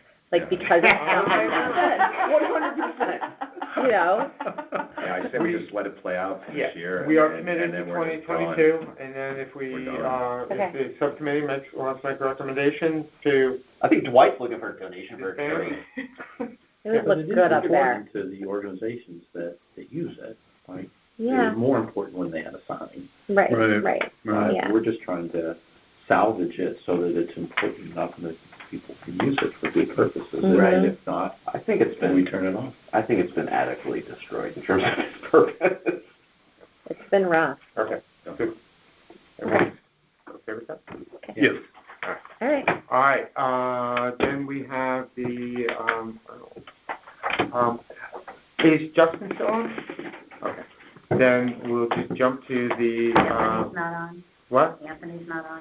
And there's no, Director's report? No. Director's report? He didn't. I thought he was doing one, but he didn't. Okay. He thought he was going to be on, but he's got Board of Finance tonight as well. Okay, but normally leave me you anything. type something up. Okay, well, then we will all thank you and the staff for the great job that you're doing. For those bonfires that I got screamed at and cursed at. Oh, why? Since that's Anthony awful. always... Because they were gone in 12 minutes, and this lady didn't get one for her daughter's 16th birthday. She was on the phone with her phone, smashing it on the thing, screaming, yelling, cursing at me. 10 minutes, and I said I had to go. I had other phone calls. I hung up, called back. She got Chelsea. Chelsea came out like this after 10 minutes there. I got this lady that's crying and screaming on the phone. I don't know what to do with her. So then I got back on the phone with her, and she still cried and screamed and said that it wasn't fair. And I said, the only thing I can do is take your name and number, and if a spot opens up, I can give you a call. Why is it She didn't want that. Yeah, why is it not trading on Facebook today? Oh, I know. Yeah. That's the only reason I knew about it. The horse trading. Yeah. I've got it for July 14th. I now can't do it. Will someone trade with me? And Oh, my it's just, God. Guess what? The person whose name's on that thing is responsible for anything that happens there, and they don't realize that. Oh, yeah. So if something happens... Well, maybe we should start a bonfire subcommittee to see if there's room for... I don't want to hear anything about bonfires after today. I wonder if there's some way to make this... All right, so before we go, we're not done yet. We're in order. Anything anyone wants to talk about? Nope. All right, then it's 8 o'clock. Wow, it's shorter than I thought. No. Time. I know. I think someone needs to adjust that clock. All right. Thank you, everyone. Thank you. Thank you.